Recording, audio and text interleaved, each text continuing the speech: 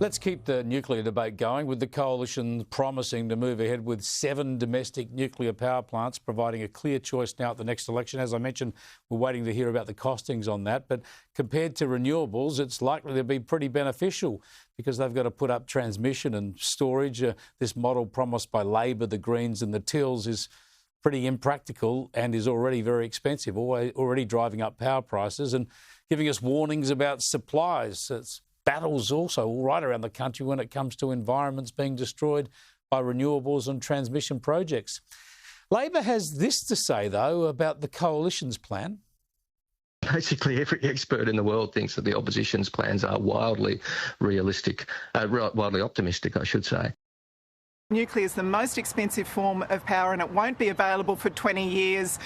And every expert agrees with that. The only person who doesn't agree is Barnaby Joyce.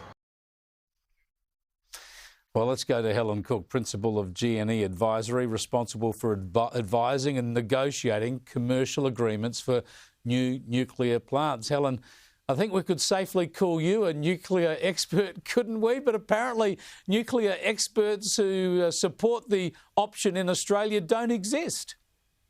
Yeah, thanks, Chris. Good to be with you. Well, clearly they do exist. There's lots of experts in Australia who believe that we need to move ahead with nuclear energy and have thought through how we would go about that. I'll also say that I've worked in the international nuclear sector now for 17 years and I've got the question over and over again, what on earth is Australia doing with prohibitions and why aren't we considering and actively implementing a nuclear energy program?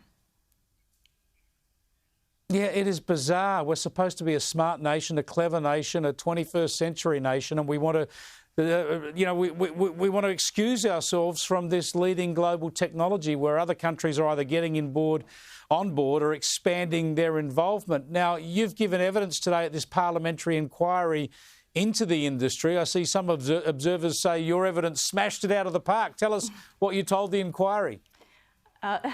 So yes, I've come straight from the inquiry, and I sought to make 2 kind of major points. And the first one was to paint the picture of what's happening globally in the nuclear sector. I, in doing so, tried to say that Australia is becoming increasingly out of step with other industrialised countries and also countries in our own region that have active nuclear energy programs. And then the second thing that I sought to do was to address the comments of Claire Savage, the chair of the Australian Energy Regulator, who has said that it would take 8 to 10 years just to get the nuclear regulatory framework in place, and only then could you start building nuclear reactors in the country. And I fundamentally disagree with that timeline.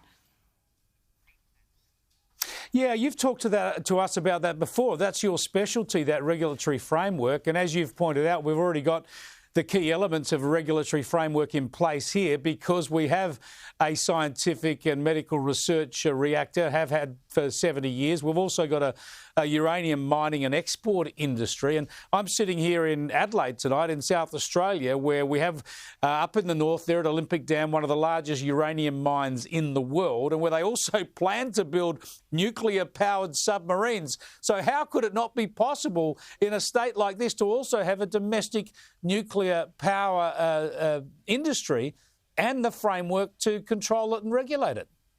Look, it's absolutely possible. We're doing it for AUKUS. As I have said, as you say on your program before, we already have an existing legal and regulatory infrastructure here for the nuclear activities that we already undertake today. We've been a nuclear nation since the 1950s. To me, when I look at the framework we have, it's a matter of enhancing that framework and doing the human resource development to implement it. That can all be done. Country after country around the world is doing it, and we can do it expeditiously. It's actually one of the advantages that we have, is our starting point when it comes to the legal and regulatory infrastructure.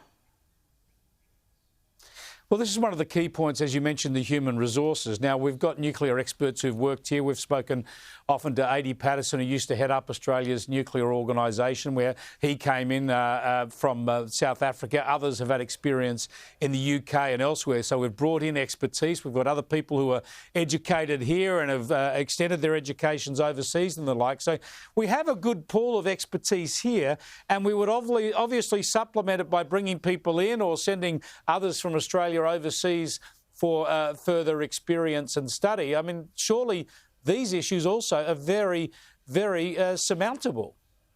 They're entirely manageable. We not only, as you say, have an excellent existing body of human resources, but there's actually a fair few people working in this sector overseas. So you do hear Aussie accents around the world working at nuclear power plants, working on construction projects. So they exist, and I think they'd be quite happy to come home and support a nuclear program in Australia. But we also would need, as we're doing for AUKUS, to train a workforce for the future and for the future sustainability of our program. And you would do that through collaboration with partner countries, through sending people onto commons to work at nuclear power plants around the world, through cooperation with the nuclear regulatory bodies that have the experience in this area. You know, and of course we would need to hire some international technical support organisations in the early phases to actually help us build our own human resource capability. All possible, all achievable, and you know, I think we can do it expeditiously in Australia. Yeah, it's hard to argue that that's impossible when that's exactly what our defence forces are doing already. The Navy have got people, of course, on exchange overseas to start to get this expertise in the nuclear-powered submarine field. On the news to come, we're waiting to see the coalition outline their costings. You've got good experience of working on projects around the world. Are the costings likely to blow this thing out of the water, or are they going to be comparable to this renewables plus storage and transmission mix?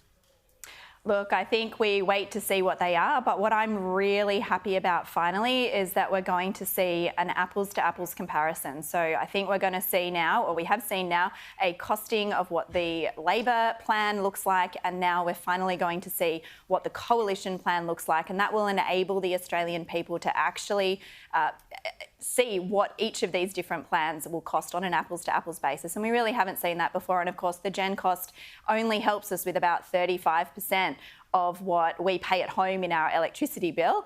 It doesn't give us insight into the total system cost. And that's what I hope we're going to see soon. Exactly, the total system cost, the cost we get in our bills at the end of the day, that's what matters. Thanks so much for joining us, Helen. I appreciate your expertise.